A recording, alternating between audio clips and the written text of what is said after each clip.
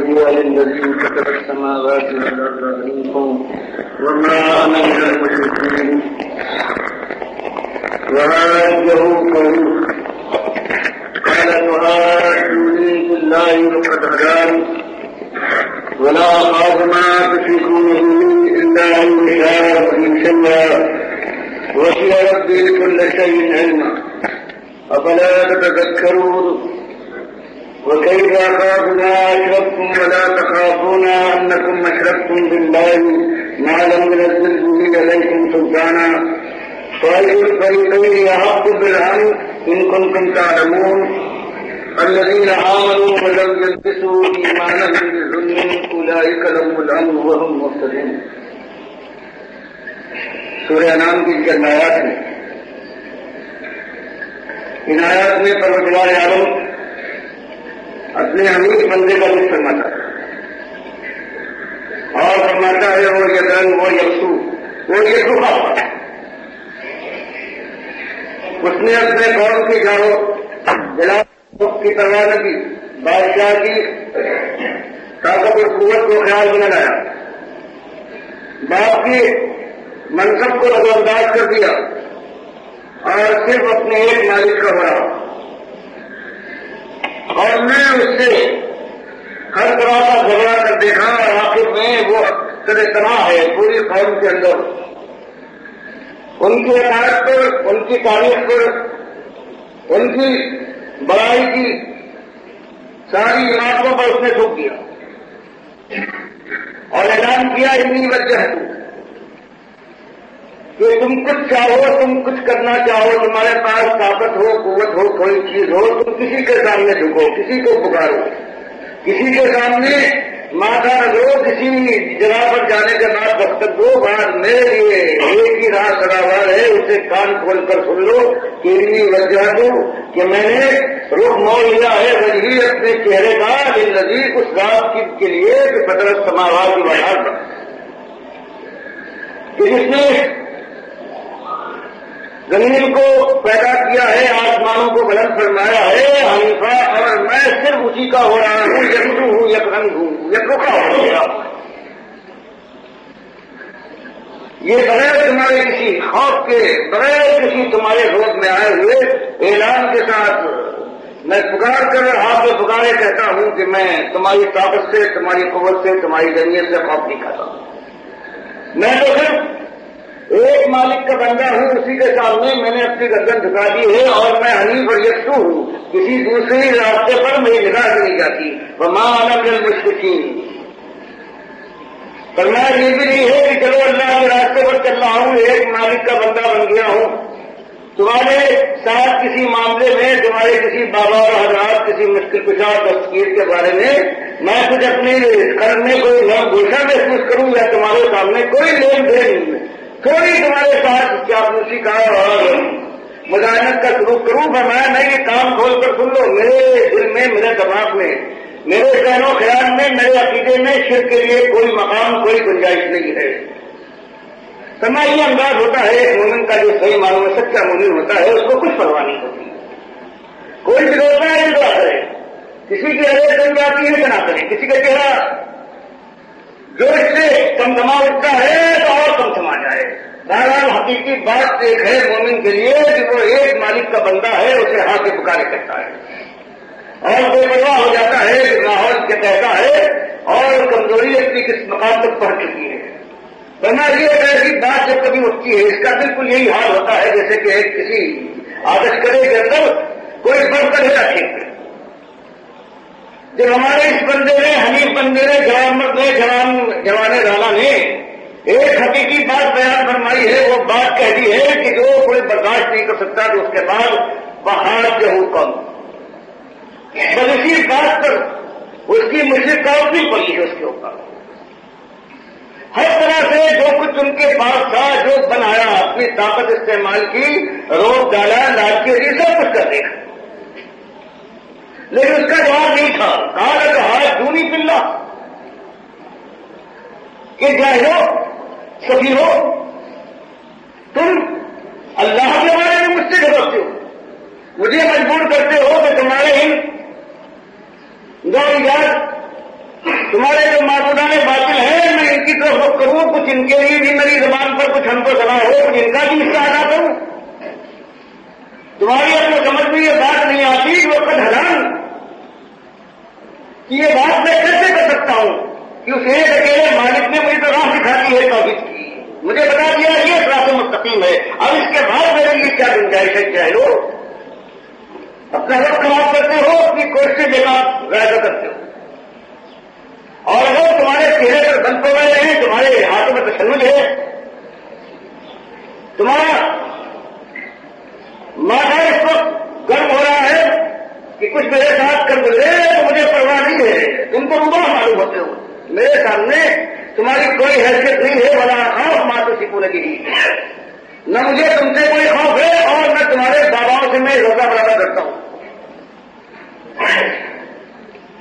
اور ہاں میں یہ نہیں کہ میں بے خوف ہوں، اکیلا ہوں، میں خدائی کا دعوے دار ہوں، جو چاہے گا تم کو نہیں پر میں خوف ہے مجھے، میں ڈرتا ہوں، لیکن اس سے اللہ یہ جان رکھتی شیا بس اس سے ڈرتا ہوں کہ میرا مالک میرے خلاف کوئی بات نہ کرنا چاہے، اس کے پاس طاقت ہے اس کا خوف ہے. لیکن تمہارے معبودوں کا جن کے سامنے تم ہاتھ پھیلاتے ہو، گھوڑے پھیلاتے ان سے مانگتے ہو، جن کے گھروں پر جانے کے بعد دستک دیتے ہو، جن کی چوکٹوں کو چونتے ہو، جہاں جا کے اپنے جگیسائی کرتے ہو، جہاں تمہاری پکارے ہیں، تمہارے جلسے و جلوس ہے، تمہارے دن منانے ہیں، جہاں لذور نیازے ہیں، ان کی میں پڑے کہا کے برابر کوئی قیمت نہیں اٹھاتا اپنی نگاہ میں. اور ہاں اپنے مالک سے میں خوف کھاتا ہوں اور مجھے یہ اعتماد ہے وسیع ربی کل شیء علما. اور تم سمجھتے ہو تمہاری یہ حضرات، تمہاری یہ چار سارے جن کو تم نے بنا رکھا ہے، لکڑی کے ہوں یا پتھر کے، یہ تمہاری بڑی فکروں کو، یہ تمہاری پکاروں کو، تمہاری نظر نیازوں کو یہ سنتے ہیں، لڑائی کرتے ہیں ان کی. میں سمجھتا ہوں کہ تم انتہائی نادان اور گمراہ ناداش. میرا عقیدہ یہ ہے وسیع ربی کل شیء علما، صرف میرا مالک ہے جو ہر چیز کے متعلق ہر علم رکھنے والا ہے. باقی تمہارے بابا حضرات کو، ان قبلاؤں کو، ان مشکل کشاؤں کو، تمہارے دیوتاؤں کو ان کو کچھ خبر نہیں.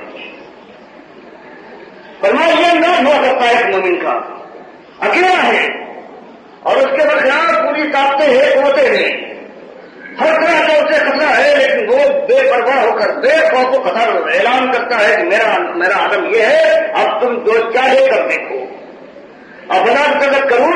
کتنی صاف اور صریح بات ہے، اتنی صاف بات تمہارے دماغ کے اندر داخل نہیں ہوتی اور تم برابر ان کو، ان کے پاس کچھ نہیں ہے، ان کو تم بٹھا دیا ہے تم نے بادشاہی اور خدائی کے سنگھاٹن پر. ایسے نامراد، ایسے ناسمجھ اور ہوا کرتے.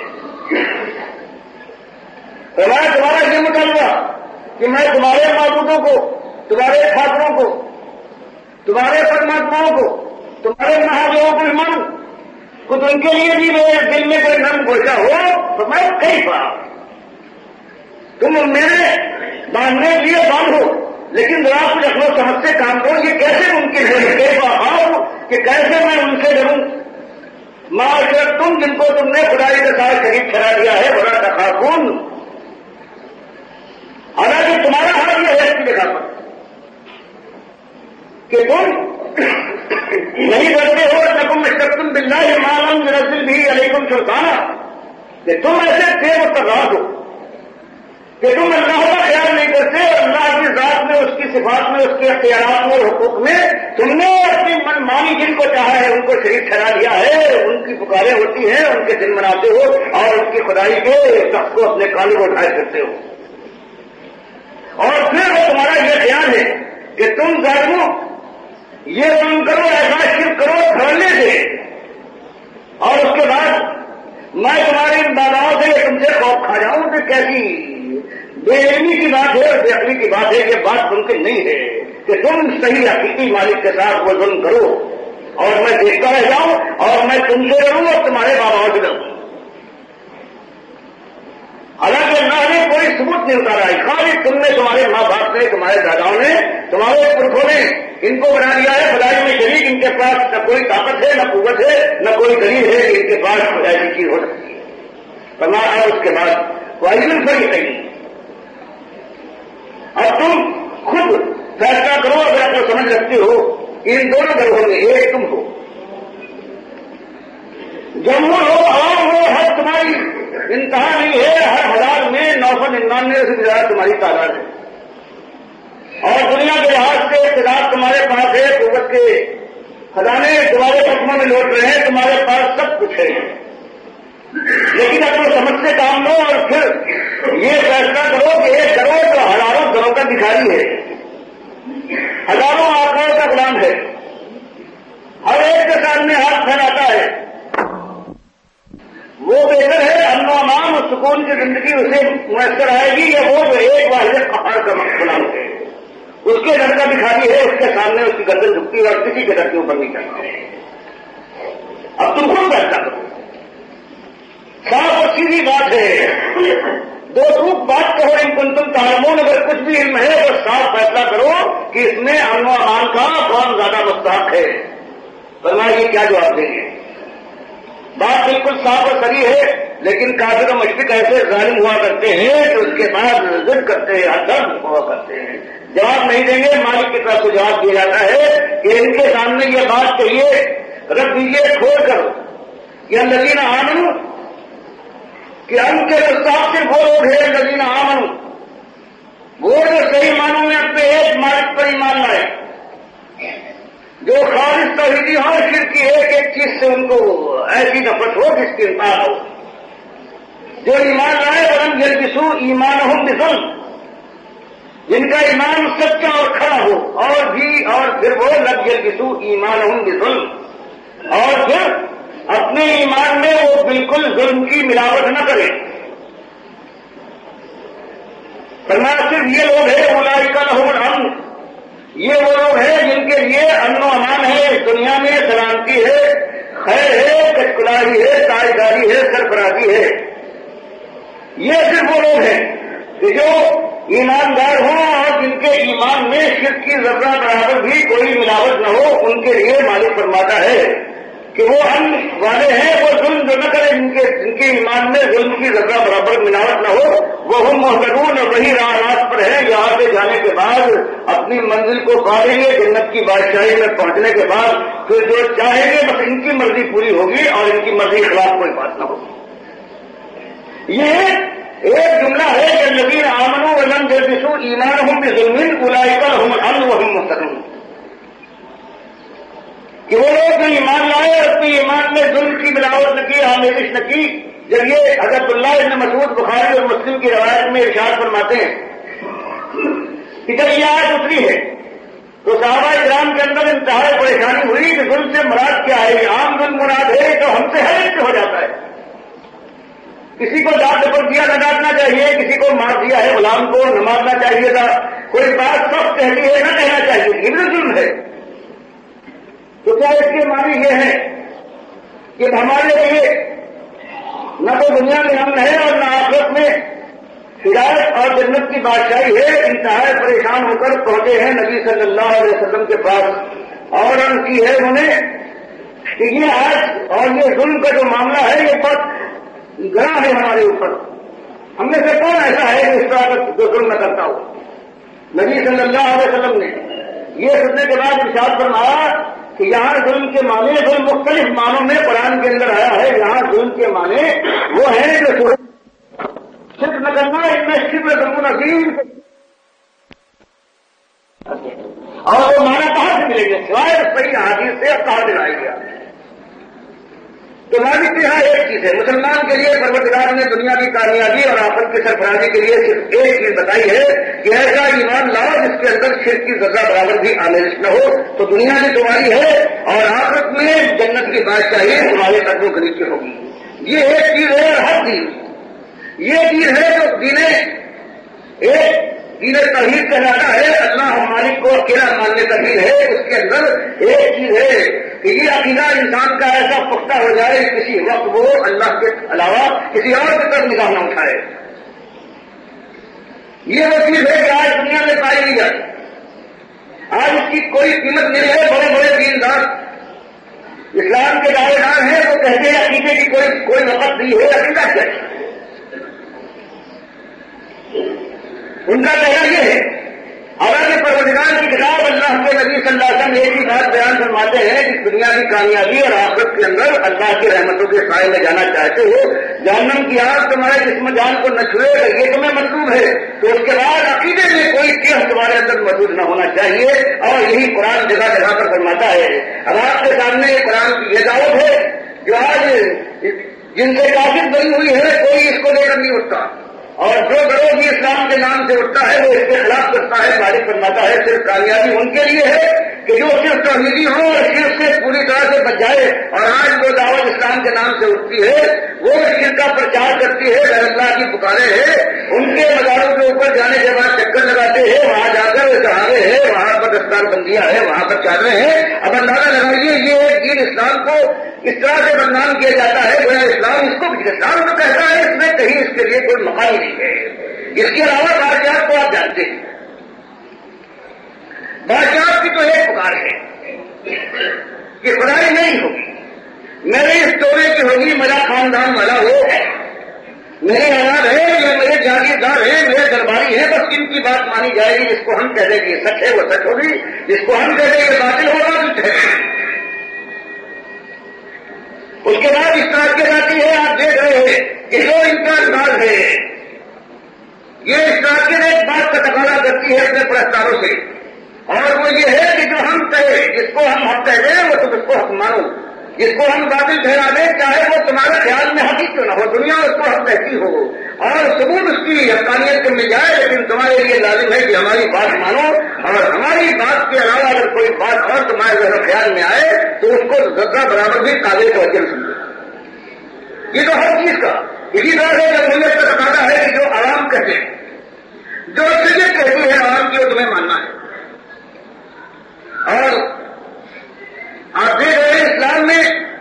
اور اس جمہوریت کے اندر زمین اور آسمان کا فرق ہے۔ مالک کا فرمان یہ ہے کہ ہر وقت تم خالص توحیدی ہوگے اور شرک کے کسی شاذ تک کو اپنے دامن ایمان پر برداشت کرنے کو تیار نہ ہوگے۔ اور جمہوریت وہ ہے کہ وہ چاہے، اگر جمہور یہ چاہے کہ نہیں جو ہم کہیں گے وہ ہوگا، تو بڑا سے بڑا اسلام کا نمبردار ہو، لمبی سے لمبی داڑھی ہو، ماتھا سیاہ ہو گیا ہو، جوتا اور دستار کا ہمیشہ مالک بنا رہا ہو، علامہ کہلاتا ہو، مفتی اس کا نام ہو، لیکن اگر وہ جمہوریت کا صحیح معنوں میں علمبردار نہ صحیح، اگر کسی حیثیت سے اس کو کوئی جگہ دیتا ہے تو اس کو جمہور کی بات ماننا پڑے گی، وہ حق ہو یا باطل ہو، وہ توحید کا تقاضا کرے یا شرک کا۔ جیسے آپ نے 5-10 مہینوں میں اپنے یہاں دیکھ لیا ہے کہ جمہوریت یہ کہتی ہے کہ نہیں ہم تو پسند کرتے ہیں، باباؤں پر جائیں گے، ان کے دن منائیں گے، وہاں جا چادریں ہیں، ان کے مزاروں سے ہم ہم اپنی چیزوں کی اطلاع کریں گے، اور اس طرح سے آپ دیکھتے ہیں کہ پوری قوم نے اس جمہوریت کے اس دیوتا کو مانا ہے، اور اس کے بعد اور ہماری بات کے علاوہ اگر کوئی بات اور تمہارے ذہن و خیال میں آئے تو اس کو ذرہ برابر بھی قابل توجہ نہ سمجھے۔ یہ تو ہر چیز کا اسی طرح سے جمہوریت کا تقاضا ہے کہ جو عوام کہتے ہیں، جو اکثریت کہتی ہے عوام کی، وہ تمہیں ماننا ہے۔ اور آپ دیکھ رہے ہیں اسلام میں اور اس جمہوریت کے اندر زمین اور آسمان کا فرق ہے۔ مالک کا فرمان یہ ہے کہ ہر وقت تم خالص توحیدی ہوگے اور شرک کے کسی شائبے تک کو اپنے دامن ایمان پر برداشت کرنے کو تیار نہ ہوگے۔ اور جمہوریت وہ ہے کہ وہ چاہے، اگر جمہور یہ چاہے کہ نہیں جو ہم کہیں گے وہ ہوگا، تو بڑا سے بڑا اسلام کا نمبردار ہو، لمبی سے لمبی داڑھی ہو، ماتھا سیاہ ہو گیا ہو، جوتا اور دستار کا ہمیشہ مالک بنا رہا ہو، علامہ کہلاتا ہو، مفتی اس کا نام ہو، لیکن اگر وہ جمہوریت کا صحیح معنوں میں علمبردار نہ صحیح، اگر کسی حیثیت سے اس کو کوئی جگہ دیتا ہے تو اس کو جمہور کی بات ماننا پڑے گی، وہ حق ہو یا باطل ہو، وہ توحید کا تقاضا کرے یا شرک کا۔ جیسے آپ نے 5-8-10 مہینوں میں اپنے یہاں دیکھ لیا ہے کہ جمہوریت یہ کہتی ہے کہ نہیں ہم تو پسند کرتے ہیں، باباؤں پر جائیں گے، ان کے دن منائیں گے، وہاں جا چادریں ہیں، ان کے مزاروں سے ہم اپنی چیزوں کی اطلاع کریں گے، اور اس طرح سے آپ دیکھتے ہیں کہ پوری قوم نے اس جمہوریت کے اس دیوتا کو مانا ہے، اس کے بعد وہی کچھ کہا ہے جو جمہور نے یہ تقاضا کیا ہے ان کو خوش کرنے کے لیے یہ سب کچھ ہوا ہے۔ اس سے اسلام کا کوئی تعلق نہیں ہے۔ اسلام میں کبھی یہ جمہوریت نہیں آئی ہے۔ جب اسلام کے لیے ان کا کہنا یہ ہے کہ صاحب اس پہ بھی جمہوریت تھی، اور مثال کے طور پر پیش کرتے ہیں کہ دیکھو حضرت ابوبکر جو خلیفہ بنے ہیں، یہ بھی جمہوریت کا تقاضا تھا، یہی حضرت عمر کے زمانے میں ہوا، یہی حضرت عثمان کے زمانے میں ہوا، حالانکہ جمہوریت کا اس سے کوئی تعلق نہیں۔ نہ جمہوریت کے اسلام لانے کے لیے جمہوریت استعمال کی گئی تھی، اس کے لیے تو وہی کلمہ تھا، وہی دعوت تھی، وہی ہجرت کے مقامات آئے تھے، اور وہی جہاد کی وادیوں نے آواز دی تھی، شہادتوں کی تمناؤں کے اندر لوگوں نے شبت کی تھی، وہ دور تھا۔ اس کے بعد جو دور آیا ہے کامیابی کا اسلام کی فتح مندی کے بعد، پھر یہ ہوا ہے، آپ کو معلوم ہے حضرت ابوبکر کہ کس طرح سے وہ خلیفہ بنے کہ سقیفہ بنی سعدہ جمع ہے انصار کے ایک گروہ، اور وہ یہ طے کر رہے ہیں کہ ہم میں سے ہونا چاہیے حضرت سعد بن عبادہ کو، انہوں نے چھاٹا ہے کہ ان کو ہم سرداری کے لیے عمارت کے لیے منتخب کریں گے۔ یہ خبر لگ جاتی ہے حضرت عمر کو، وہ حضرت ابوبکر کو اور حضرت عبیدہ بن جراح کو ساتھ لے کر پہنچتے ہیں اور لوگوں کو بتاتے ہیں کہ دیکھو یہ بات ہے، یہ تمہارا ثانی اثنین موجود ہے۔ ان کے مطابق مسلمانوں کے اندر یہ سب کا پختہ خیال ہے کہ یہ نبوت کے اس امت کے سب سے بڑے ولی ہے، سب سے بڑے متقی انسان ہے، تو ان کے لیے حق ہے۔ اور یہ ایک چند باتیں ہوئی تھی، باقی سارے لوگ ہیں وہ آ کر جھک گئے ہیں اور حضرت ابوبکر کے ہاتھ میں بیعت کر لی ہے۔ بتائیے اس میں جمہوریت کا کون سا مقام ہے؟ اس کے بعد حضرت ابوبکر اپنی وفات سے پہلے مناسب سمجھتے ہیں کہ عمر بن خطاب رضی اللہ تعالیٰ عنہ ان کو نامزد کر جائے۔ رائے لیتے ہیں، بات سے پوچھتے ہیں، بلاتے ہیں اور پوچھتے ہیں کہ تمہارا آپ کی کیا رائے ہے اگر میں نامزد کر جاؤں عمر کو؟ تو بات کہتے ہیں بہت صحیح۔ اور حضرت عثمان رضی اللہ تعالیٰ عنہ کہتے ہیں کہ عمر کی سختی ظاہر میں سخت ہے، لیکن ان کی نرمی، ان کا دل جو ہے وہ ان سے زیادہ بہتر ہے مسلمانوں کے لیے۔ حضرت الرحمان ابن عوف کو کچھ پریشانی ہوتی ہے اور کہتے ہیں کہ آپ خلیفۃ المومنین، آپ جائیں گے، آپ جانتے ہیں کہ آپ کا آخری سفر ہے، اللہ کے یہاں جانے کے بعد آپ کیا جواب دیں گے؟ آپ جانتے ہیں کہ عمر کی کتنے سخت، اس زمانے میں، آپ کے زمانے میں ہمارے ساتھ کس سختی سے معاملہ کرتے ہیں، آپ کے بعد کیا حال ہوگا؟ یہ جواب سوچ لیجیے اور اس کے بعد پھر جا کر جس کو چاہے آپ منتخب کرتے۔ یہ سننا تھا کہ ابوبکر صدیق رضی اللہ تعالیٰ عنہ کو، جس کو بعض اوقات بڑے سخت غصہ آ جایا کرتا تھا اور کہتے تھے مجھے غصہ آ جائے میرے سامنے سے ہٹ جایا کرو، یہ بات سننے کے بعد دم نہیں تھا، لیٹے ہوئے تھے، لوگوں سے کہا جو پیچھے بیٹھے ہوئے تھے سہارا دینے کے واسطے، ان سے کہا مجھے سیدھا بٹھا دو۔ سیدھے بٹھا دیے گئے ہیں اور کہتے ہیں عبد الرحمان تم مجھے اللہ سے ڈراتے ہو؟ ہاں، اگر اللہ نے مجھ سے پوچھا کہ ابوبکر تو نے کس کو خلافت کے لیے نامزد کیا ہے، تو میں یہ جواب دوں گا کہ تیرے بندوں میں سب سے زیادہ اس کا مستحق تھا، سب سے کرنے والا اور مسلمانوں کا سب سے خیر خواہ۔ اس کے بعد بے ہوش ہو گئے، ہوش میں آئے ہیں، پوچھا حضرت عثمان سے کہ میں جو لکھوا رہا تھا فرمان کہاں تک لکھا ہے تم نے؟ انہوں نے بتایا کہ جہاں تک میں لکھا ہے، اس کے بعد نام میں نے خود اپنی طرف سے لکھ دیا ہے کہ اس لیے میں عمر بن خطاب کو، جو میرے خاندان قبیلے کے نہیں ہیں، میں ان کو نامزد کر رہا ہوں۔ ان کہا کہ اللہ تم پر رحمت فرمائے، تم نے بالکل صحیح بات کی۔ اور اس کے بعد کہا لوگوں کو جمع کرواؤ، لوگ جمع ہو گئے ہیں، کا اعلان کر دو، پڑھ دو میرا فرمان۔ پڑھ دیا گیا کہ خلیفہ کے خیال میں وہ اپنے دن آخری دن پورے کر رہا ہے، اور مسلمانوں کی خیر خواہی میں وہ مسلمانوں میں سب سے زیادہ متقی، سب سے زیادہ اللہ سے ڈرنے والا، سب سے زیادہ مسلمانوں کے معاملات کو صحیح طریقے سے چلانے والا ہے، اس کو نامزد کرتا ہے عمر بن خطاب کو۔ اور تم کو قبول ہے؟ سب نے کہا کہ یہ کون سی جمہوریت ہے؟ اور اس کے بعد 10 سال کے بعد جب عمر بن خطاب رضی اللہ تعالیٰ عنہ زخمی ہوئے ہیں، آپ کو معلوم ہے زخمی کیے گئے ہیں یہ 27 ذی الحجہ کو، اور پہلی محرم کو آپ شہید ہوئے، آپ کو یہ معلوم ہوگا کہ آپ کے اندر جو مسلمان کہلاتے ہیں ان کے یہاں 27 تاریخ کو خوشی منائی جاتی ہے، اور آپ ایک محرم کو کوئی بھی ہوٹل، کوئی دکان اس فرقے کی کہیں کھلی نہیں پائیں گے۔ یہ ان کی سب سے بڑا خوشی کا دن ہے کہ عمر بن خطاب رضی اللہ تعالیٰ عنہ شہید کیے گئے ہیں۔ پہلی محرم کو آپ، اگر آپ کی محرم گزر گیا ہے، محرم کو آنے دیجیے، پہلی محرم کو نگاہ ڈالیے گا کہ ایک مخصوص فرقہ ہے کہ ہر محرم کی پہلی تاریخ کو وہ کوئی کام نہیں کرے گا، صرف خوشیاں منائے گا، وہ یوم نجات ہے۔ تو انہوں نے 6 حضرات کا نام ہے، اس کے اندر طلحہ و زبیر رضی اللہ تعالیٰ عنہما ہے، حضرت سعد ہے، حضرت عبد الرحمن ابن عوف ہے، حضرت علی اور حضرت زبیر ہے۔ ان کو نامزد کیا ہے ان 6 میں جس کے اوپر مسلمان جمع ہو جائے۔ آخر میں اور لوگوں نے اپنے نام واپس لے لیے، صرف 2 حضرات رہ گئے، حضرت علی اور عثمان رضی اللہ تعالیٰ عنہ۔ حضرت الرحمان نے کہا کہ اور مجھے موقع دو، میں جو فیصلہ کر دوں مجھے ثالث بنا لو، اور اس کے بعد میں مسلمانوں کا انڈیا معلوم کرنے کے بعد جو فیصلہ کر دوں گا، جو تیار، آپ دونوں حضرات تیار رہیے جس کے حق میں فیصلہ کر دوں گا۔ دونوں حضرات نے کہا ٹھیک آپ کو اختیار ہے۔ انہوں نے 3 دن کا وقفہ دیا گیا تھا، حضرت عمر بن خطاب نے کہا تھا 3 دن کے اندر نیا امیر منتخب ہو جانا چاہیے، اور اگر ایک کی عمارت پر فیصلہ ہو جانے کے بعد کوئی دوسرا اپنے عمارت کے لیے ہاتھ بڑھائے اور وہ بیعت کرنے پر تیار نہ ہو تو اس کی گردن مار دو، چاہے وہ کوئی،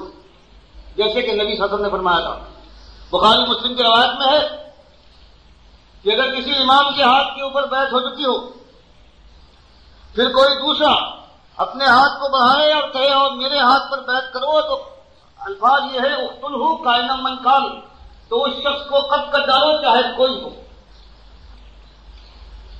تو یہ بخاری مسلم کی روایت ہے، اس لیے یہ ایک دلیل ہے کہ جو کہتے ہیں ایک شور مچا ہوا ہے امت کے اندر کہ فلاں مارے گئے، فلاں شہید کیے گئے، حدیث تو یہ کہتی ہے وہ کوئی ہو۔ اور آپ کو معلوم ہے صرف 2 حضرات ایسے تھے جنہوں نے حضرت یزید رحمۃ اللہ علیہ کے ہاتھ پر بیعت نہیں کی ہے، جن کی تعریف نبی صلی اللہ علیہ وسلم نے فرمائی ہے بخاری کی روایت میں 409 اور 10 میں کہ اول جیشن من امتی یغزون منیطہ قیصر مغفور لهم، وہ پورا گروہ جو قیصر کے شہر قسطنطنیہ پر حملہ آور ہوگا وہ سارا کا سارا بخشا ہے۔ بخاری 158 پہ لاتے ہیں کہ اس لشکر کے صبح سالار اعلیٰ یزید ابن معاویہ رحمۃ اللہ علیہ تھے۔ تو یہ سب بتانے کے بعد حدیث صاحب بخاری مسلم کی روایت موجود ہے کہ جس کے ہاتھ کے اوپر بیعت ہو چکی ہو اور اس کے بعد پھر کوئی بیعت کے لیے ہاتھ بڑھائے تو اس کو قتل کر دو چاہے کوئی ہو۔ تو یہ اسلام کا تقاضا تھا۔ یہ ہم کسی کو، کوئی مسلمان کسی صحابی کو، کسی تابعی کو کوئی برا نہیں کہتا، لیکن ہوتا ہے غلط فہمیاں حضرت علی حضرت عائشہ میں ہو گئی، یہ اور بات ہے، یہ غلط فہمی کا شکار ہو گئے۔ حضرت حسین رضی اللہ تعالیٰ عنہ اور ان کے شیعان نے ان کے ساتھ جو سلوک کیا اس سے پہلے بھی سلوک کر چکے تھے، یہ بات اور ہے، لیکن حدیث تو یہی بتاتی ہے۔ اور دوسری حدیث جو بخاری مسلم کی ہے عبداللہ ابن عمر کی، کہ جب اس کے بعد سن 63 میں، یہ 61 کا معاملہ ہے کربلا کا، سن 63 میں جب حضرہ کا معاملہ جس کو اتنا جہاں تک کہا گیا ہے جس کے اندر ذرہ برابر بھی کوئی حقیقت نہیں ہے، چند گھنٹوں کی لڑائی ہے، 150 حضرات تھے مدینے کے جنہوں نے بغاوت کی تھی، ان کو کچل ڈالا گیا اور شکست دے دی گئی، باقی یہ 3 دن تک گھوڑے بندے رہے اور آبرو یہ عصمت پامال کی گئی خالص جھوٹ ہے، کیونکہ وہ تابعین صحابہ کا دور ہے اور حضرت عبداللہ ابن عمر بخاری روایت لاتے ہیں عبداللہ ابن عمر نے جب لوگوں نے بغاوت کی ہے اور بیعت توڑ دی ہے تو آپ نے اپنے ساتھیوں کو، خاندان والوں کو جمع کیا ہے اور کہا ہے کہ دیکھو ہم نے جو بیعت کی ہے یزید کے ہاتھ پر، امیر المومنین کے ہاتھ پر، تو اللہ اور رسول کے فرمان کی مموری، اب اگر کسی نے بغاوت کرنے والوں کا ساتھ دیا اور بیعت توڑ دی تو یاد رکھو میرا اس سے کوئی تعلق نہیں۔ حضرت اللہ ابن عمر فیصلہ فرما رہے ہیں اور وہ بخاری کی روایت موجود ہے، مسلم کی روایت موجود ہے کہ جب بیعت ہو چکی ہو تو آپ کو معلوم ہے سوائے 2 حضرات کے، حضرت حسین اور حضرت عبداللہ ابن زبیر کی، جنہوں نے حضرت حسین نے وہاں خروج کیا ہے سن 61 میں اور حضرت عبداللہ ابن زبیر نے بات کو، باقی اور کوئی مسلمان نہیں تھا اس نے بیعت نہ کی ہو. باپ کے زمانے میں حضرت معاویہ کے زمانے میں حضرت عبداللہ ابن عمر نے بیعت نہیں کی تھی، تین تھے، لیکن ان کی وفات کے بعد یزید رحمۃ اللہ علیہ کے ہاتھ پر حضرت عبداللہ ابن عمر نے بھی بیعت کری. اور ان کا یہ بخاری کا کہنا یہ ہے، مسلم کا یہ، کہ انہوں نے یہ کہا کہ جس نے بیعت کی ہے یزید رحمۃ اللہ علیہ کی وہ خائن ہے، وہ غدار ہے. اور اس کے بعد بتایا کہ جھنڈا بلند کیا جائے گا ہر غدار کے لیے، اس کے پیٹھ کے پاس جھنڈا گاڑا جائے گا، یہ غدار ہے. اس نے بیعت کرنے کے بعد، فرما برداری اطاعت کا اقرار کرنے کے بعد اس نے نافرمانی کی ہے اور غلط کیا ہے. تو آپ خود اندازہ لگائیے اس کا. یہ مسائل کہیں اس کے لائق ہیں، یہ مشاجرات صحابہ اور تابعین ہیں، ان کے اندر فہمی ہوئی ہے، شیطان نے بہکایا. 20 سال سے بھی 35-40 سال پرانی چاہیے. آپ میں تو نوجوان ہوں گے، آپ کو خبر نہ ہو، میں بہرحال جوانی کے عالم میں اس سارے طوفان سے گزرا ہوں. اور اس کے بعد کہیں ایک مرتبہ بھی میرے ذہن میں یہ نہیں ہے، ایک تقریر میں نے نہیں سنا ہے کہ توحید کوئی چیز ہے اور صرف کوئی ایسی چیز سے بچنا چاہیے. بس ایک یہ ہے، یہ مسلمان فوج جا رہی ہے، یہ مسلمانوں کا لشکر ہے، بڑھ رہی ہے مسلم فوج جیسے دریا جیسے موج، اور وہ سارا اس میں ایک مسلمان ہے. اور اس کے بعد آپ جانتے ہیں کہ مجھے کیا قیمت دی ہے. میں ان لوگوں میں شریک ہوں کہ جو یہاں پاکستان آنے کے بعد اور پھر گئے تھے مشرقی پنجاب میں جہاں کے طوفان مچا ہوا تھا. اکتوبر میں پہنچا ہوں ایک گڑھا کیمپ ہے جالندھر کا. وہاں یہ عالم دیکھا ہے کہ 1.5 لاکھ قریب اس وقت وہاں مہاجر اس وقت ٹھہرے ہوئے تھے. اکتوبر کا زمانہ ہے، سردی انتہائی شدید پڑ رہی ہے. بڑے بڑے پیپل کے درخت ہیں، اس کے اندر کنویں ہیں سینچائی کے لیے. وہاں ہر 1 میلوں تک پھیلا ہوا ہے وہ کیمپ. سردی ہے اور وہاں جا کے دیکھیے تو ہر ایسے جھنڈ میں 200-400 انسان بیٹھے ہوئے ہیں. ان میں بوڑھی 80-90 برس کی عورتیں ہیں، مرد ہیں، بچے ہیں، پھول کیسے ہیں، 2-2, 4-4, 8-8 سال کی بچیاں ہیں. کوئی ان کا پوچھنے والا نہیں ہے. اور وہ آج صبح دیکھیے 10 برے پڑے ہوئے ہیں، آنکھیں بہ رہی ہے سردی میں، ان کو اوڑھنے کو بدن ننگا بدن ہے پڑے ہوئے. کوئی پوچھنے والا نہیں ہے 1.5 لاکھ کے اندر کہ کوئی وہاں پر جو اللہ کے لیے اٹھتے تھے پاکستان کا مطلب کیا لا الہ الا اللہ، اس میں ایک پوچھنے والا نہیں ہے. بعض ظالموں نے نوجوانوں نے مجھ سے یہ کہا ہے کہ اس کے گھر والے ڈاکٹر صاحب اس کے گھر والے نہیں ہیں، لڑکی جو گھوم گئی ہے میرے باپ سے کہیے کہ جو ہم نے جھوپڑی ڈال لی ہے اپنے کپڑوں سے اس میں اس کو بلا لیں. تو یہاں آنے کے بعد تمہارے اندر بھی بات نہیں. وہاں اسی میں دیکھا ہے کہ ایک سکھایا ہے اور اس نے اپنا کمبل پھیلانے کے بعد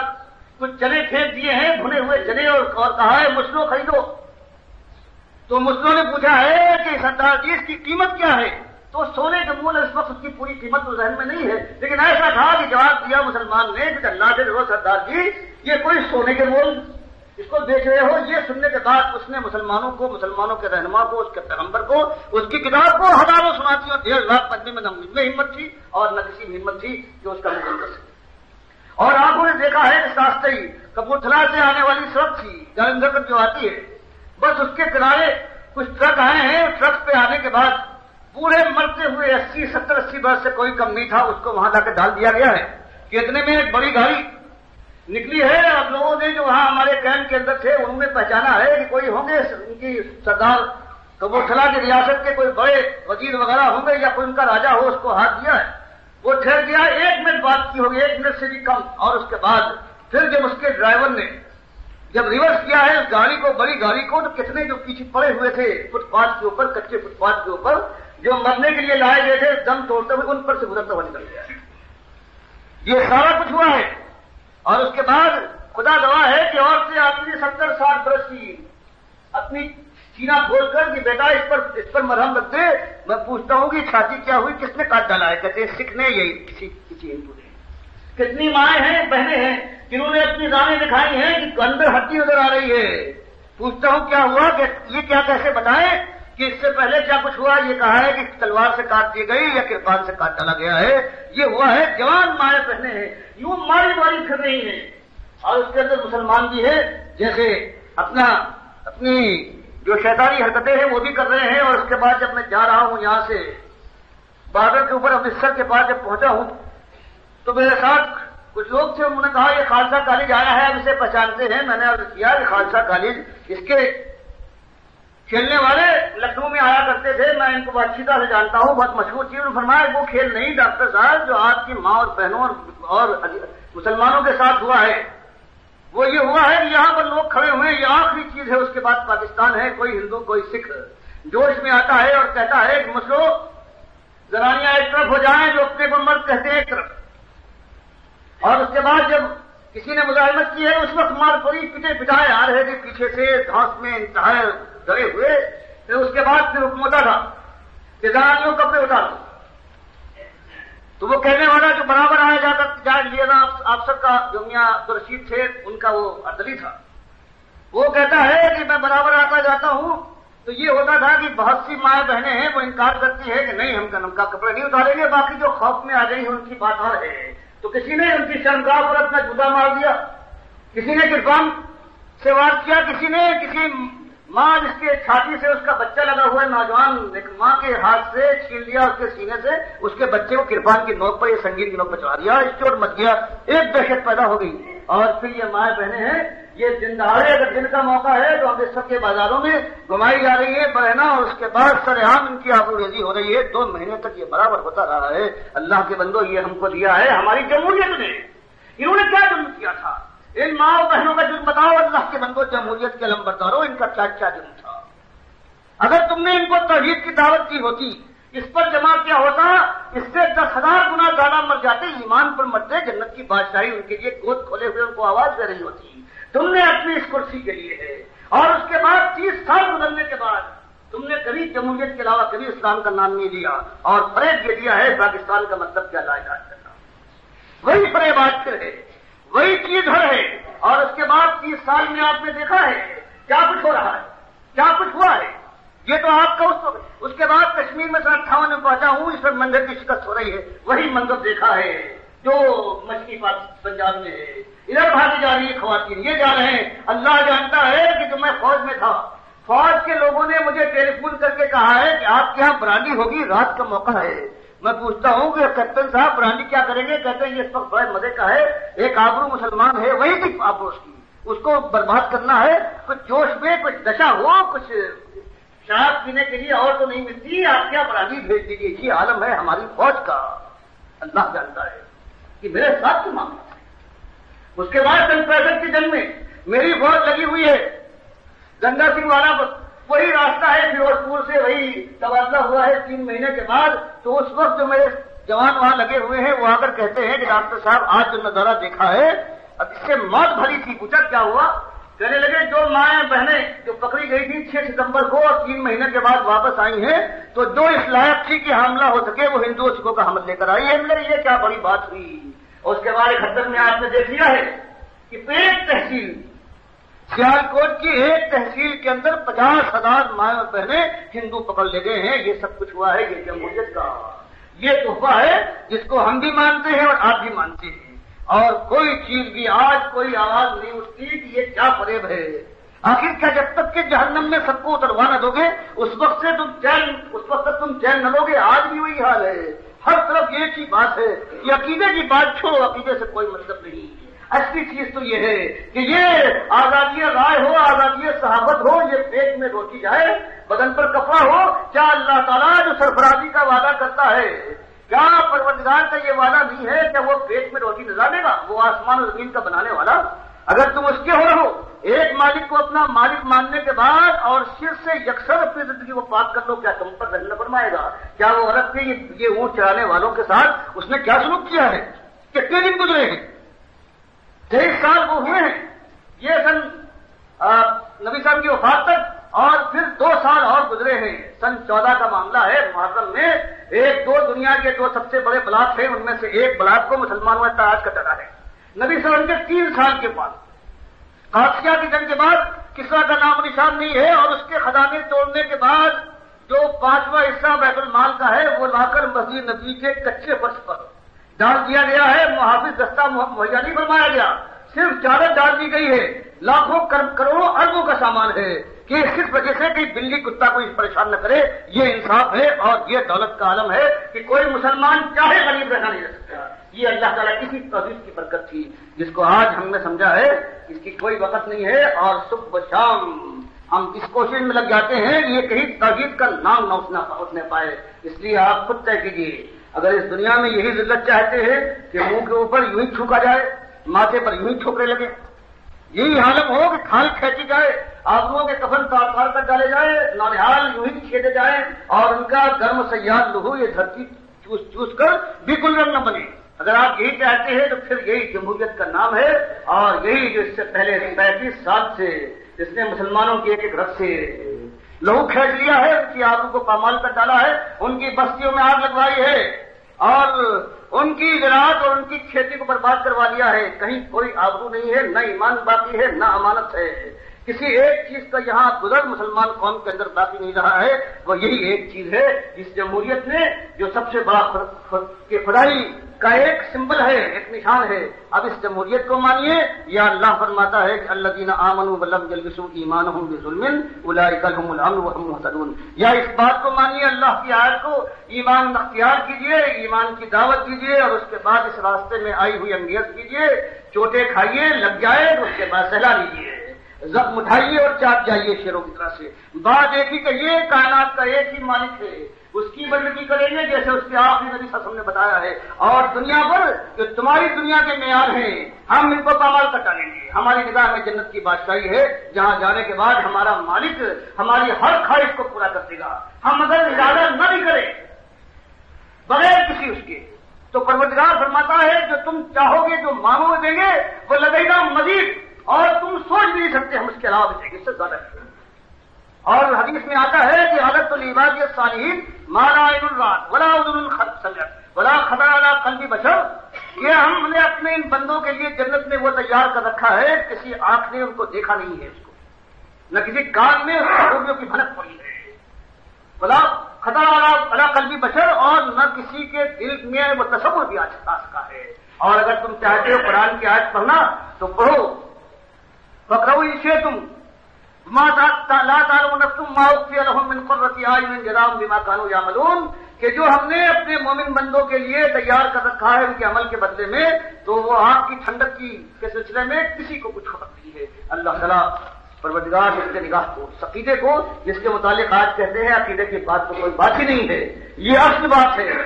اللہ تعالیٰ ہم کو اور آپ کو توفیق دے کہ اس عقیدے کی صحت کی طرف نگاہ ڈالیں، اور اس کے بعد عمل صالح کے بعد پھر یہی ہماری دعوت ہو کہ اللہ کے بندوں تمہارا ایک مالک ہے. پھر ہم جانتے ہیں کہ قوم کی اکثریت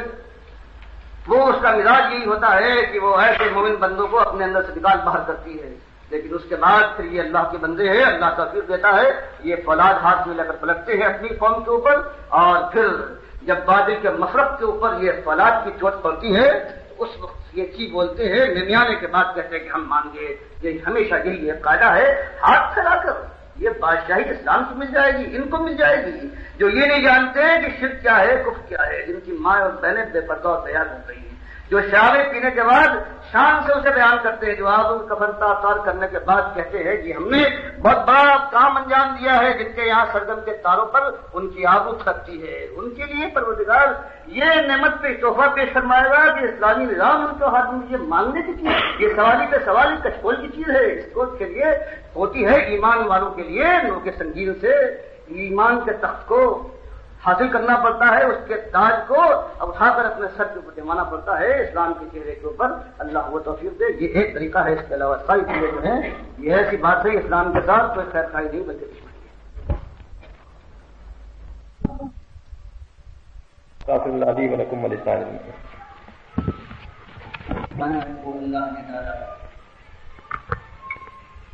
وہی ایمان اور بندگی اور غلامی کا مسئلہ ہے، لیکن انسانیت کی مت ماری گئی ہے کہ جس کا کھاتی ہے اسی کے خلاف گلے پھاڑ پھاڑ کر آواز نکالتی ہے. جو اس کا اکیلا محسن ہے اس کی شکرداری کی بجائے اس کا انکار ہے اور اس کو سب کو ختم کیا جا رہا ہے. آج آپ اس دنیا میں چاہے یہ دنیا والے اپنے کو اسلام کے دائرے کے اندر موجود بتانے والا بتاتے ہوں، یا جو اپنے کو آزاد اور خود مختار کہتے ہوں اور جن کو دنیا والے بھی کافر اور مشرک گردانتے ہوں، ہر جگہ ایک ہی بات ہے کہ یہی دنیا ہے، اس دنیا کی چند روزہ زندگی کو درست کر لو، اس کو بنا لو، کامیابی اسی کا نام ہے، اس کے بعد کچھ نہیں۔ جب یہ ذہن کے اندر ایک بات بیٹھ جائے، جب دنیا کا یہ اکیلا مقصد بن جائے اور یہی منزل ٹھہرے، تو اس کے بعد پھر جو یہ یاد دلانے والا ہو کہ یہ دنیا تو آزمائش ہے اور یہ آزمائش گاہ کے اندر آرام اور کامیابی کا تصور صحیح نہیں ہے۔ آزمائش گاہ میں کوئی آرام کرے اور پیر پھیلا کے سو جائے تو آزمائش میں کامیاب کیسے ہوگا؟ اگر کوئی بات یہ لا کر لانے والے کے ساتھ لانے والے اگر یہ بات لائیں تو ان سے سوال ہوگا کہ آپ لا کر، اور اگر یہ بتایا جائے کہ یہ امتحان اور آزمائش ہے اور بندگی کا امتحان ہے، سب کچھ دینے والے نے تم کو دیا ہے، تم سے ایک ہی چیز مانگی ہے کہ تم غلام بن جاؤ، خود مختاری کا جو تاج تم نے زبردستی اپنے سر کے اوپر پھر پہن لیا ہے اس کو اتار دو۔ اس ماتھے کے اوپر غرور و تمکنت کی جو نمائش کر رہے ہو، اس کے بجائے اپنے مالک کے سامنے اس کو جھکا دو۔ اپنے شوق کے پیچھے سرگردہ رہنے کے لیے دن رات دوڑتے پھرتے ہو، اس کے بجائے اپنے مالک کے احسان مند ہو جانے کے بعد اس سے صحیح معنوں میں محبت کرو، اس کا نام آ جائے تو چاہیے کہ اس کے خوف سے تمہارا دل لرز جائے، تمہاری کھالوں میں لرزش پیدا ہو، اس کی بات، اس کا کلام تمہارے سامنے پیش کیا جائے، تمہارے ایمان کے اندر نئی رو پیدا ہو، نئی بالندگی ہو۔ دنیا والے اس کو سب کو ختم کر رہے ہوں، اس کے بندوں کو اپنا معبود اور دادا بنانے کے بعد تمہیں چاہیے کہ اس کے بعد اس کے سامنے یہ بات رکھو کہ بھائیوں بھول گئے، یہ روش، یہ ناشکری کی روش ہے، یہ نمک خواری کا حق ادا کرنا نہیں بلکہ یہ نمک حرامی ہے، اور اس کی سزا سخت ترین تمہارے سامنے آ سکتی ہے۔ اس لیے اپنے قدم کو واپس لوٹاؤ اور اس دنیا کی محبت میں اس طرح سے نہ بھول جاؤ کہ اپنی ہمیشہ کی زندگی کو آگ میں گزارنے کے لیے تیار ہو جاؤ، اور بات ان کے سامنے یہ لا کے رکھی جائے کہ یہی تمہارا ایک مالک ہے، باقی سارے مملوک ہیں، تم سے پہلے جو گزرے ہیں نیک اور بد وہ بھی اس کے بندے تھے، ان کو اسی نے پیدا کیا تھا، ان کو بھی دنیا میں آزمائش کی، بندگی اور ایمان کی آزمائش میں ڈالنے کے بعد موت دی ہے،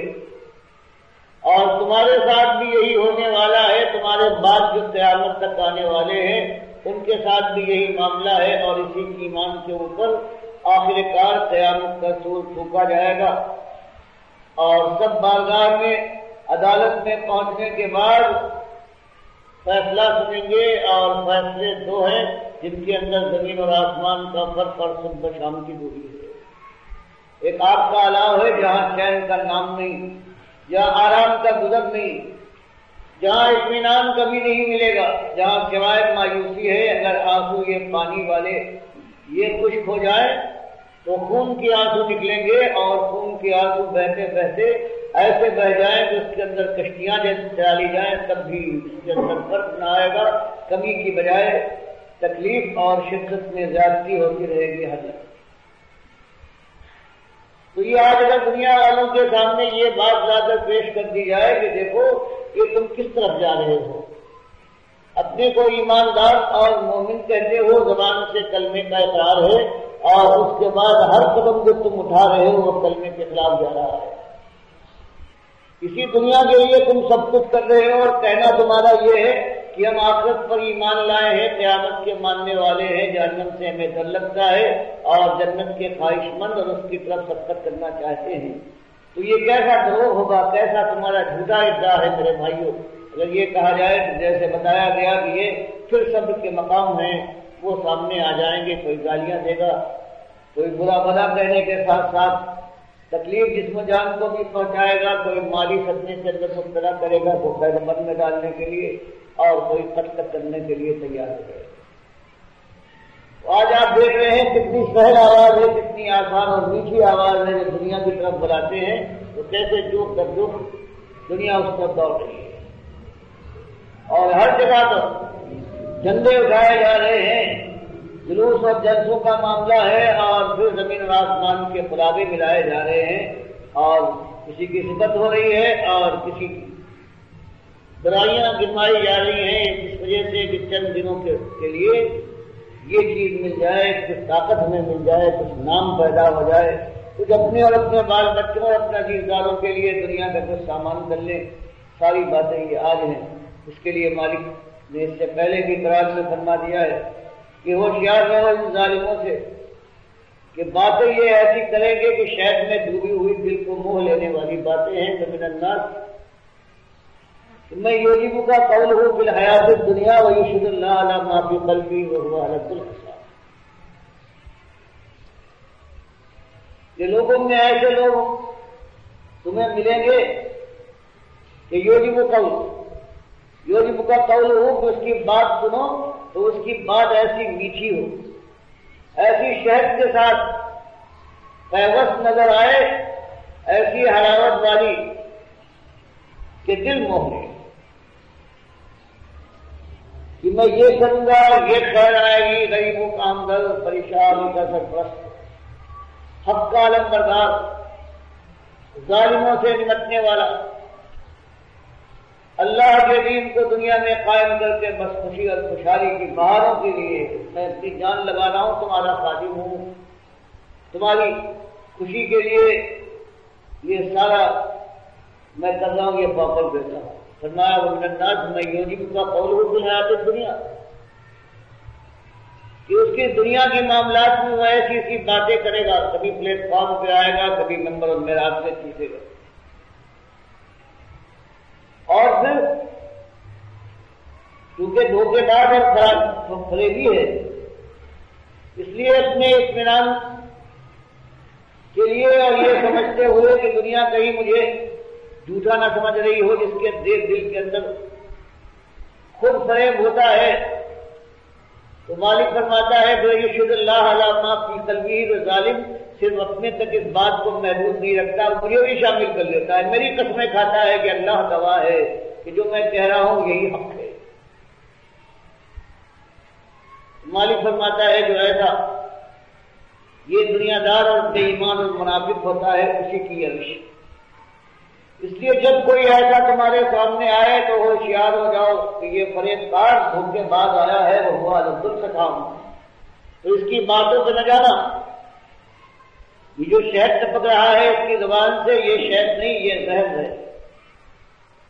اس سے ہوشیار رہو، وہ عبد الخطام، یہ بدترین دشمن ہے، تمہارا بھی دشمن ہے، تمہارے مالک کا بھی دشمن ہے، یہ خالص اپنے نفس کے لیے، اپنی ذات کے لیے اس دنیا کے اندر سب کچھ چاہتا ہے، اسی کے لیے مالک نے فرمایا کہ یہ ایسا شخص ہے، پہچانو اپنے اندر ان منافقوں کو یوں نہ چھوڑ دے۔ اور وَإِذَا تَوَلَّىٰ، اب اتنے بڑے بڑے وعدے ہیں خیر خواہی کی، یہ ترنگوں کے ساتھ، رنگ ترانیوں کے ساتھ وہ بات کہہ رہا ہے کہ بس امت کے لیے میں اپنی گردن تک کٹوا ڈالوں گا، اپنا سب کچھ نچھاور کر دوں گا۔ فرمایا وَإِذَا تَوَلَّىٰ، اب اگر والی بن جائے، طاقت مل جائے، وہ سارے وعدے ہوا میں اڑ جائیں گے، تو کیا ہوگا؟ سافلا لیفتقی وَيُهْلِكُ الْحَرْثَ وَالنَّسْلَ، اور اگر کہیں طاقت اسے مل جائے اور اپنی بات میں یہ دنیا کے اندر کامیاب ہو جائے تو وہ ساری باتیں کہ خیر خواہی کی، اسلام کی ہمدردی کی، ظلم کے خلاف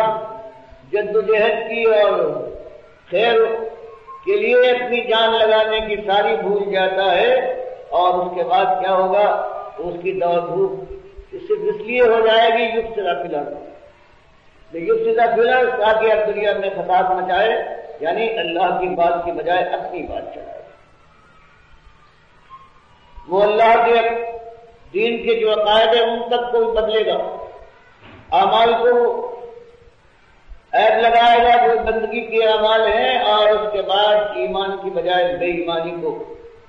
وہ فروغ دے گا اور دنیا داری کا وہ پرچارک بن جائے گا، اور اس کے سامنے صرف اپنی غرض ہوگی، غرض ایسا یہلک الحرث والنسل۔ اور جو کہا کرتا تھا کہ تمہاری دنیا کو سنوارنے کی کوشش کروں گا، فرمایا پھر یہ ظالم اپنے فائدے کے لیے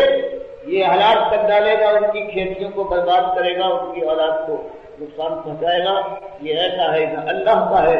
اور نہ اللہ کے بندوں کے ساتھ بندہ برابر اس کے تعلق ہے، یہ خالص اپنے نفس کا بندہ اور بے ایمان کا غرض ہے۔ یہ منافق کی شکل یہ ہوتی ہے، یہ اپنے کو برابر پیش کرتا ہے اسی دنیا کمانے کے لیے۔ فرمایا اور وہ جانتا ہے کہ یہ فساد جو ہے لا یرضی اللہ ہے، یہ اللہ فساد کو پسند نہیں فرماتا، سب جانتے بوجھتے یہ بیوقوف اور ناسمجھ نہیں ہوتا، یہ خالص اپنا کام نکالنے کے لیے دنیا کی چند روزہ زندگی کو اپنے خیال میں ایسے کے ساتھ گزارنے کے لیے وہ سب کچھ کر گزرے گا اور کسی حد پر یہ رکنے پر تیار نہیں۔ اور اسی شخص کو اگر کوئی اس کا ہمدرد یاد دلائے وَإِذَا قِيلَ لَهُ اتَّقِ اللَّهَ کہ بھائی کیسے بڑے بڑے دعوے کیے تھے، کیسے تمہارے وعدے تھے، قسمیں تم نے کھائی تھی اللہ، اور ہم نے بھی اور کتنے لوگوں نے تمہاری بات پر یقین کر لیا، اور اس کے بعد آج تمہارا حال یہ ہے کہ تم قوت والے بن گئے ہو، ہماری ذریعے سے ہمارے سروں کے اوپر راج کر رہے ہو، اور تمہارا حال یہ ہے کہ جس دین کی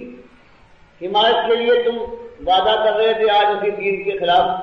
اپنی کوشش کر رہے ہو۔ اللہ کے بندوں کے ساتھ تم نے کیسے کیسے وعدے کیے تھے سب تم نے فراموش کر دیے، اپنی نفس کے مقابلے میں ہر ایک کو تم قربان کر رہے ہو۔ ڈر جاؤ اللہ، ایک دن تمہیں مرنا ہے۔ وَإِذَا قِيلَ لَهُ اتَّقِ اللَّهَ، اور اگر اس سے کہا جائے کہ اللہ سے ڈر، اور یہ روش جو تو نے اختیار کی ہے بڑے بڑے وعدوں کے بعد، اس سے بات آتا فرمایا نہیں، اب تو موٹا ہو گیا، پہلے بھی بے ایمان تھا، اب تو دنیا کو اس کو مل گئی ہے اس کے خیال سے تو وہ اور بھول گیا۔ اگر کوئی اللہ سے ڈرانے کی کوشش کرے تو اور بگڑ جائے گا کہ مجھ سے تم ڈراتے ہو۔ خود اپنی صورت دیکھو تمہارا حال کیا ہے، تمہارا یہ منہ ہے کہ میرے سامنے اس طرح سے آ کر سبحانہ سلام کرو۔ میں بات کیا کہتا ہے اخذتم عزت الرزق، تو اپنی جھوٹی عزت اور پندار ہے کہ میں بہت بڑا ہوں، میں اپنی غلطی مان کر اپنے قدم کو واپس لاتا ہوں، یہ میری شان کے خلاف ہے۔ فرمایا اس کی جھوٹی عزت کا جو احساس ہے وہ اس کو گناہ پر جمائے رکھتا ہے، اسی طرح سے ختم کر دیتا ہے، وہی بے ایمانی کی رنگ۔ مالک فرماتا ہے ٹھیک دنیا والوں تم بھی تو فریب کھانے والے تھے، اب تم اس کا مزہ چکھو، لیکن یہ ہم سے جھوٹ کرنے جائے گا۔ وَحَسْبُهُ جَهَنَّمُ وَلَبِئْسَ الْمِہَادُ، یہاں سے مزے اڑا کر آئے، لیکن اس کے بعد جہنم کو ہم نے اس کے لیے تیار کر رکھی ہے۔ حسب جہنم، جہنموں کی لائق ہے، اور وہ بہترین اس کے لیے گود بنے گی، بس اس میں ہمیشہ جلتا رہے، چیخ و پکار ہو اور خلاصی کی کوئی راہ نہ پائے۔ ورنہ یہ حال ہوتا ہے دنیا داروں کا اس منافقت کے ساتھ جو آپ دیکھ رہے ہیں کہ ہر جگہ ہر طرف نہیں ایک آواز ہے، ہر جگہ یہ نفرت اللہ کے دشمن یہ نکل آیا ہے، اور دعوے ایسے کرتے ہیں اس بلند بالا آواز کے ساتھ کہ ہمارا یہ ہے، ہم خیر خواہ ہیں، ہم دین کے خادم ہیں، اور اس کے بعد دنیا کو خوش کرنے کے لیے سارا وہ کہ ہم قادری ہیں، ہم وہی راستہ اختیار کریں گے جو غوث الاعظم نے کیا تھا، ہم وہی راہ چلیں گے جس راہ پر بزرگ چلتے آئے ہیں۔ اور اس طرح سے یہ آج اللہ کے دین کے ساتھ جو ظلم ہو رہا ہے، آپ کو معلوم ہے کہ کوئی 10 سال پہلے بھی یہی ہوا ہے، اور اس سے پہلے ہمیشہ یہی ہوتا ہے کہ جو آج جو ایمان سے تیرانہ امت ہے، اس نے جھوٹا جامہ پہن لیا ہے ایمان اور اسلام کا. زبان سے اقرار کرتی ہے کیونکہ دل کے اندر وہ ایمان نہیں ہے. اس لیے اعمال نہیں ہیں جو کسی کافر اور مشرک قوم کے ہوتے ہیں، اور بلکہ اس سے بھی زیادہ نقصان پہنچانا اس کے بس میں ہے، کیونکہ لوگ یہ خیال کرتے ہیں کہ یہ ایمان کا اقرار کرتا ہے ہمارا خیر خواہ ہوگا، لیکن نتیجے کے لحاظ سے جو آپ کے سامنے آ رہا ہے وہ دیکھتے جائیے. اور پھر اللہ نے جو یہ فرما دیا ہے کہ یہ دنیا کا عالم ہے. دنیا کی اکثریت چاہے ایمان کا دعویٰ کرے یا ایمان کا دعوے دار نہ ہو، بہرحال دنیا ہی ان کے سامنے ہے، اور اسی کے لیے وہ فریب کے ساتھ، بے ایمانی اور دھوکے کے ساتھ دنیا کو دھوکہ دے کر اپنی زندگی بڑھانے اور اپنی زندگی میں بہاریں لانے کی کوشش کرتے کرنا ہے. لیکن اللہ کی رحمت سے یہ بھی ہوتا ہے کہ اگر ایمان کی دعوت صحیح معنوں میں اٹھی ہو، اگر کوئی ایسا کرو جو اللہ کی بندگی کے اوپر اپنی جان کو لگا چکا ہو، تو اس کی آواز بھی رائگاں نہیں جاتی، اور اللہ تعالیٰ اس آواز سے بھی لوگوں کے دلوں کے اندر روشنی پیدا کرتا ہے، اور ان کی سمجھ میں آ جاتا ہے کہ یہ امتحان اور آزمائش بندگی کی ہو رہی ہے، اور اس کے بعد صحیح معنوں میں نتیجہ نکلے گا، اور کامیابی کی شکل ایسی ہوگی، ایسی ہوشربا کامیابی ہوگی کہ جس کی کوئی مثال نہیں ہے. اسی لیے مالک فرماتا ہے من الناس من یشری نفسہ ابتغاء مرضات اللہ واللہ رؤوف بالعباد. اور اگر ایمان سے آراستہ دل و دماغ ہے